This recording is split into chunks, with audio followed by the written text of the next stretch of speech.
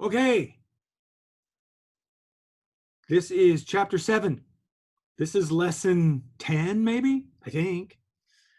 So this chapter of the book deals with problems. So even though you may be finishing up, and I hope you are, and if you're not, boy, you need to contact me quick.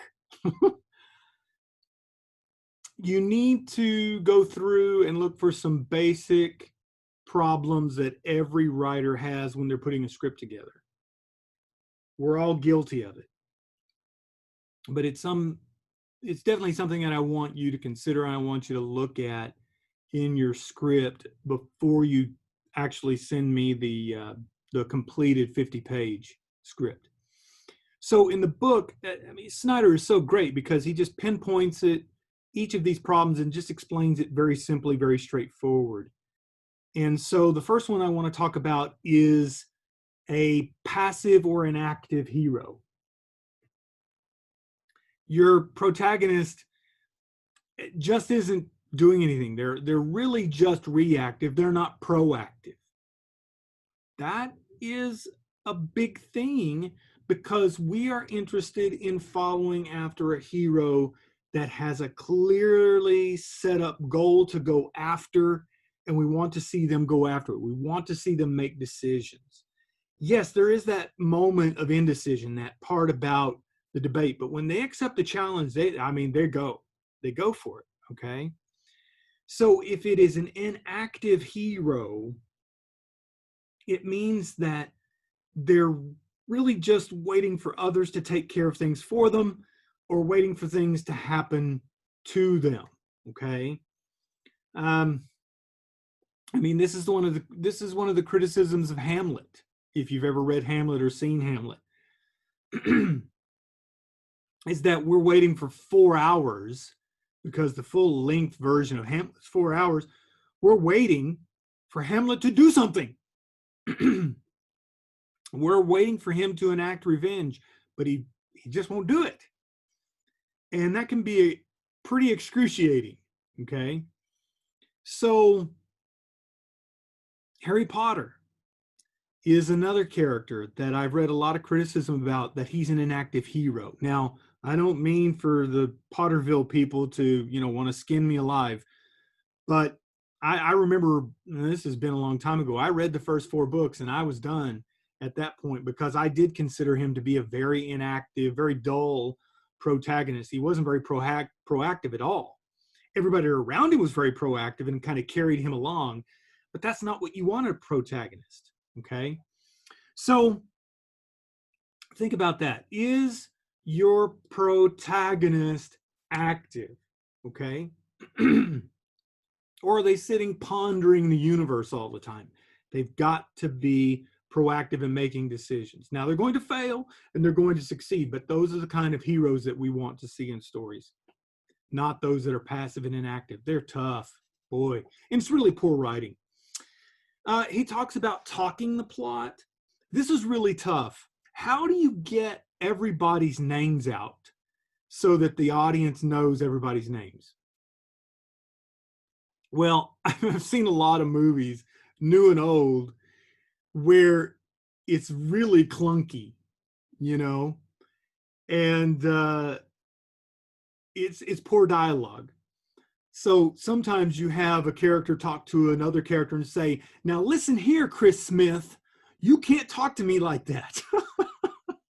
And that line is just there to make sure that the audience knows that this guy is Chris Smith. Okay? And he gives this example, the relationship of the characters. How do you give the relationship of the characters in a way that isn't clunky? A clunky example is, "Listen, Chris, just because you're my brother doesn't mean you can talk to me like that." Well, and it'd be even worse if I said, "Now listen here, Chris Smith, I know you're my brother," but I've seen lines like that. And so it's really, you're trying to talk the plot out to everybody where everybody knows the relationship of everyone. Okay. You want to make sure that everybody knows that this is brother and sister, brother and brother, whatever. And there are different ways of doing it. Show it in the action. Show it in the action. Okay? Don't tell the plot so much. Show it. So I know I've done it. I've done it in my early writing. I did it all the time. I mean, it just happens because you're trying to figure out, how do I get this out to the audience that they know the relationship, or even worse, Ned Beatty, you villain, you, I mean, come on. You're telegraphing this information to the audience. So show it, don't tell it. Okay. Be very careful. Whatever the antagonist is, if it's a force of nature or technology or another person or the protagonist themselves or versus themselves, you've got to make the antagonist bad, bad, bad. Because really, the success very often of a story, of a script, is really on how bad the antagonist can be. Now, be careful of making the antagonist an antagonist just because you have to have one. Make sure that there's some depth and a reason there. So a lot of actors say if they accept a role and the role is a villain, they don't play it as a villain. Because if they did, it would be very much like a cartoon. It would be too close to a comic book villain. Very tent fingers, maniacal laughter and tent fingers and that kind of thing. And it's still popular. I mean, we still see it. You look at some of the old James Bond movies. A lot of the villains are very, very two-dimensional. They're bad, but and they're evil, but sometimes they're a little two-dimensional. So think about your antagonistic force. Is it a storm?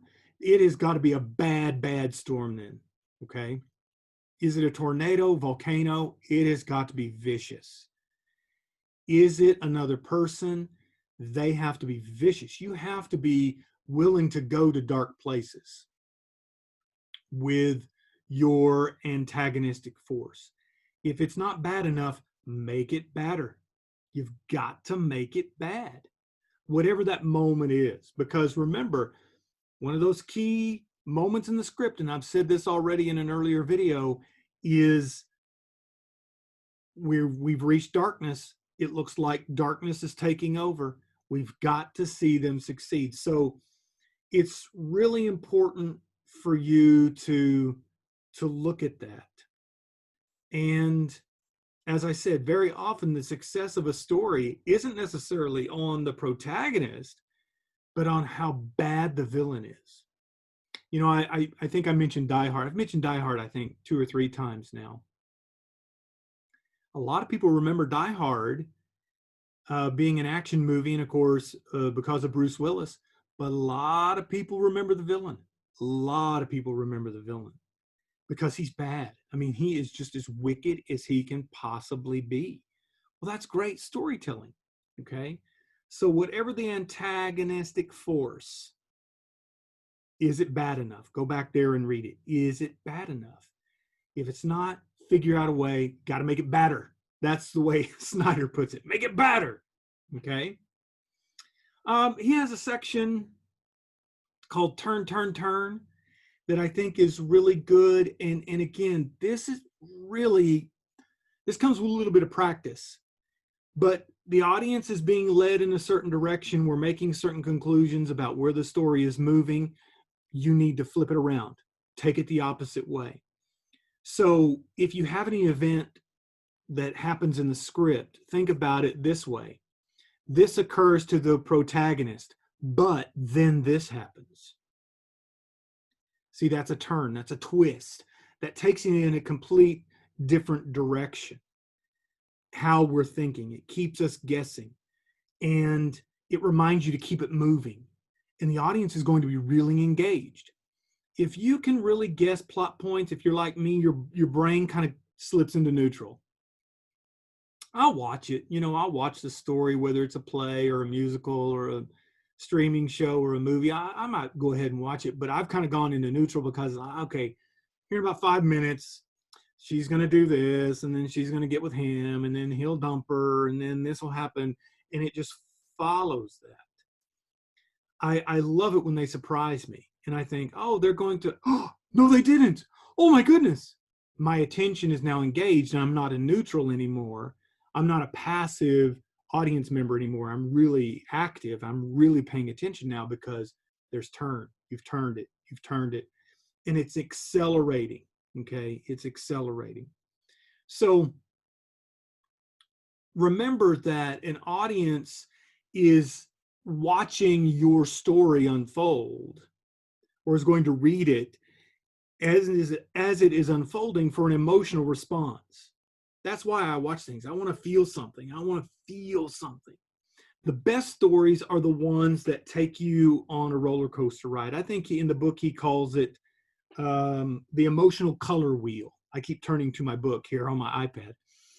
And that's one of the things that critics talk about with Shakespeare is that in every single play, Shakespeare put in every emotional reaction you can possibly have. In his most tragic stories, he has some of the most comedic scenes. Hamlet is considered to be one of the greatest tragedies ever written, but it's got that grave robbers scene, or not robber, the grave digger scene, the two grave diggers. It's hysterical.